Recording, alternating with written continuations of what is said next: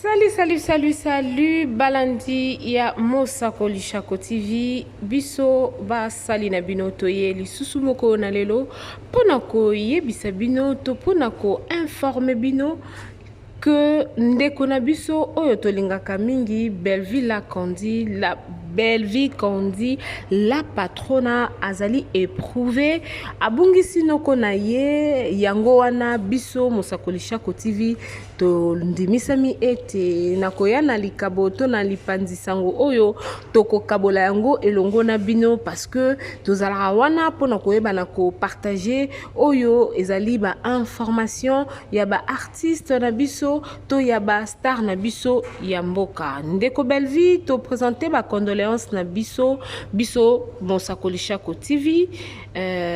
ba condoléances na biso vraiment ezala à partir ya famille biologique il y a Belleville Kondi et puis il y a famille Libota Mobimba. Là je vois Bellart TV,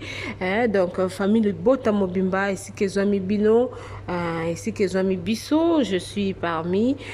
Donc ma condoléance, Nzambe abondi sa mitema, Nzambe a fortifié PAP sa makasi parce que ceux qui kobungi si mutunakati na Libota ezalaka eloko moko ya kosakana te, ezalaka eloko ya esengote. Yango Bible lobi na biso ete bo sepela na baye bazo sepela epe bo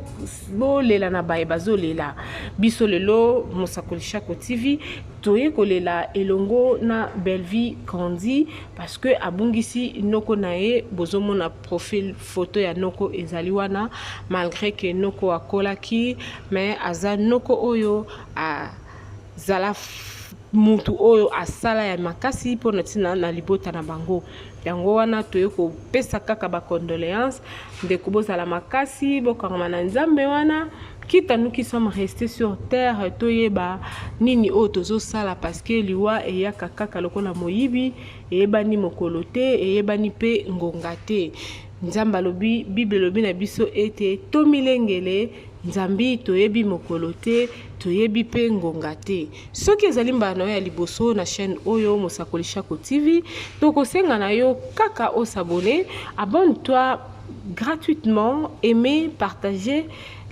Donc laissez-nous des commentaires, des suggestions s'il y a de remarques à faire toujours répéter ngo numéro ezawana ko s'afficher contactez-nous ou bien otikika na message ikokomela biso nzamba lola apambola biso esika ezami biso et abondisa mitema oyo ezoki sami na kobungisa ndeko papa na biso oyo akufi noko ya Belleville Kondi na bandi tokutani na mikolo miko ya soki Yesu azongi te nzambe ya lola apambola bino bisika biso bozali et puis a pesa biso lisusu makasi ya koyeba na koya lisusu kati na Mosakoli Shako TV pona koyeba na ko informer bino.